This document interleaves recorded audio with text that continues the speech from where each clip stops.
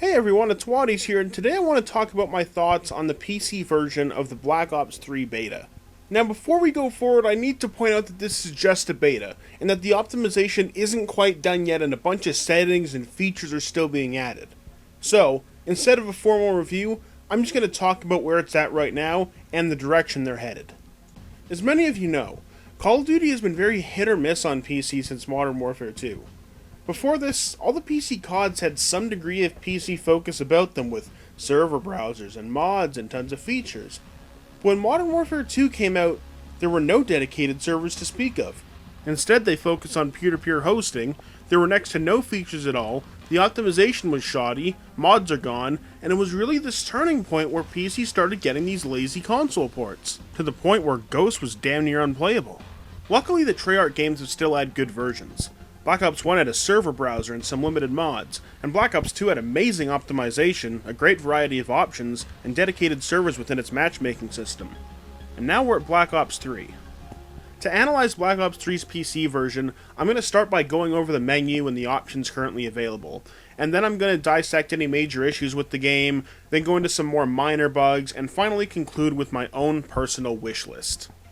And so without further ado, let's get into the menu. Alright, so in the bottom right hand corner here we have the menu, and then we have two tabs identifying options, and the identified tab is the paint shop, gunsmith, clan tag, calling cards, and emblems. All these things are locked off for the beta while they perfect them a little bit, so we'll just move right on into the options, where we have controls, voice, network, audio, and graphics, and a couple more locked off things. I guess we'll head into controls real quick. Everything's pretty standard here. The one thing I'd like to point out is mouse acceleration and mouse filtering. You're going to want to have these at 0. I'm going to get into this a little bit later, but the beta has a bit of some mouse lag issues, and this will at least reduce them a little bit. So definitely keep these down at 0. Other than that, I'll quickly shuffle through everything here just in case you want to pause the video and look at everything, but everything's pretty standard for the most part. It does have gamepad if you want to use that. Alright, so we'll head out of here and we'll go into the voice section. Again, pretty standard stuff. We have voice chat volume, voice chat record level, and then push to talk and mute all except party. Now, there's two things in this section I want to note. Push to talk was actually off by default, so like with everyone's first game, there was people just blasting whatever was playing out of their mic, or I think I was playing music out of my sound card, so it was just permanently playing stuff. So unless you want to annoy everyone or have everyone hear everything that's going on around you, then you might want to turn push to talk back on. The other thing is mute except party. I have it on right now, but every time I turn it on and I restart the game or I play a game, it seems to automatically set itself back to off. So, and I have to keep coming back to the menu to turn it back on. So that's something to note. There's a kind of a bug there. Hope that gets fixed. Nothing too major though. If we back out, network's just some personal information, not really anything to see there. Then you have audio settings, so you have voice volume, music volume, sound effect volume, master volume, cinematic volume, and then audio presets. If we go in here, you have a bass boost, a high boost, a super crunch, and headphones. But personally, I just have the basic Treyarch mix on, although I don't really play with sound anyway, so it doesn't matter with me. I'm generally blasting music or whatever.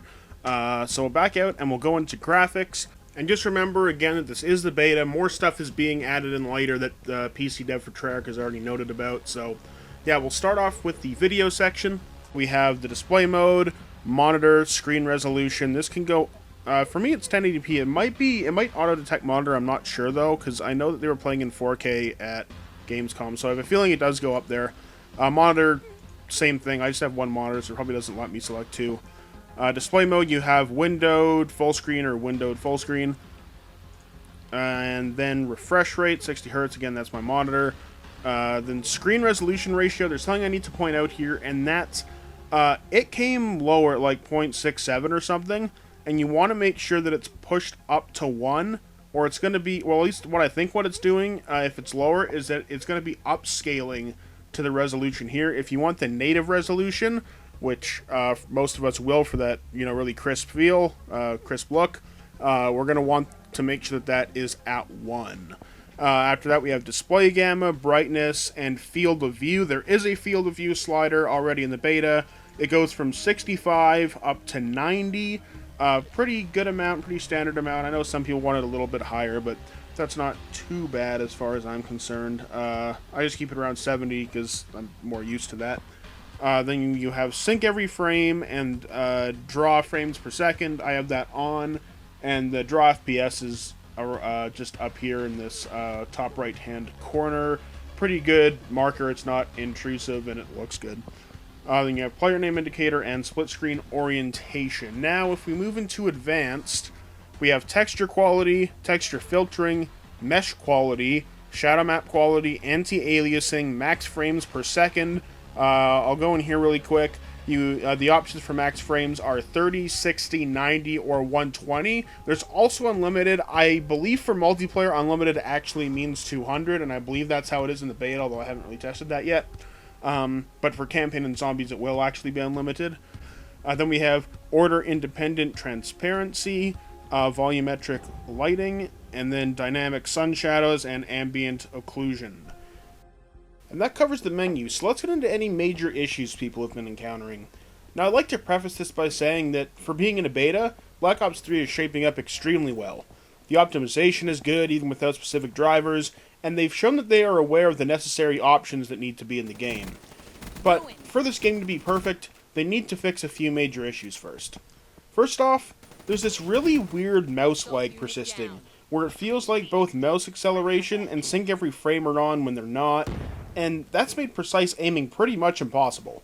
The community's been searching for a fix, although there hasn't really been one found yet. Although one noticed that the game runs in low priority in Task Manager, so if you bump it up to medium or high, it'll run a little bit better. The other issue I haven't had that much experience with myself, but a large portion of the community has been noting frequent game crashes, so hopefully that gets fixed for everyone. As for some minor bugs I've noticed, one was the mute all except party setting continually turning itself back off that I noted earlier. And as for the others, sometimes the menu won't register my mouse highlighted over a button, and so when I go to press it, it'll press something completely different. And then the scoreboard covers up the chat box at the end of the game, so I can't read anyone's messages. That's it for the bugs I've encountered, but just remember, those are only ones that have affected me during my gameplay, and there could theoretically be a couple more sitting around. With that, I'd like to head off into my own personal wish list of things I'd like to see in the PC version of Black Ops 3. The two things I'm about to mention are both really important to me, and unfortunately haven't been seen since Modern Warfare 3 and World at War respectively. The first one is an unranked server browser, so that I can search for my own games with my own preferences, and the other thing is mod support, so that users can create their own custom maps, particularly for zombies. In summary, Black Ops 3 is shaping up to be a pretty solid PC title, but it does have a few major bugs that it needs to work out for release. But if there is one COD studio that's proved they're willing to stick with it and fix it, it is the Treyarch PC team. With that, despite the lack of a server browser or mod support, it is going to run pretty well, and as such it's going to be a pretty okay year for PC COD, assuming that they fix those issues that I mentioned. But I'm going to give Treyarch the benefit of the doubt on this one, considering that they've had a beta and they're continually asking for feedback. And that's it for the video, everyone. I hope you enjoyed, and if you did, don't forget to like, favorite, and subscribe. I'm Waddies, and I'll see you in-game.